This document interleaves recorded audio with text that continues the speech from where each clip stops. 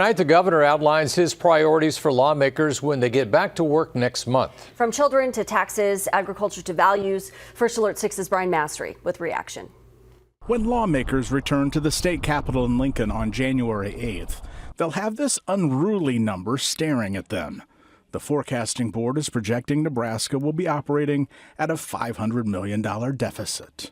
While Governor Pillen believes cutting our high property tax bills will require a rewrite of the school aid formula, another priority of his centers on lawmakers passing guidelines for opposite-sex participation in sports and restrooms. I'm very pleased that he is keeping the sports and spaces issue alive and important. I appreciate that he understands the significance of protecting women's sports and their spaces, their opportunities. What I'd like to remind Nebraskans is that the legislature is a co-equal branch, and we will continue to focus on priorities that are affecting all Nebraskans. And I'm looking forward to working with my colleagues to tackle things like property taxes, to look at things like affordable housing, look at the childcare crisis that we're in. I'm not really interested in looking at fringe policies just to sort of, pass bills to pass bills. The governor will have a supermajority of Republicans, meaning it will be filibuster-proof based on party lines.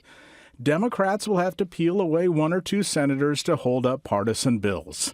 Senator John Frederickson of Omaha, a Democrat, understands the dynamics, but believes the uniqueness of the unicameral has a way of limiting groupthink. The numbers might look a little different this year, but I think overall we're going to continue to see thoughtful legislators in there. We are a nonpartisan body, so technically there is no majority, there is no minority. We have 49 individual voices who are working for their constituents. A lot of those voices tend to be conservative and have more conservative viewpoints, but I don't know that, because we have people who have said they are Republican or Democrat at some point in time, doesn't necessarily mean they're going to vote that way on every issue. I'm Brian Mastery, First Alert 6. Now, two other priorities for the governor: banning the sale of lab-grown meat and returning Nebraska to winner-take-all state for presidential elections while eliminating the potential of the blue dot with the Electoral College.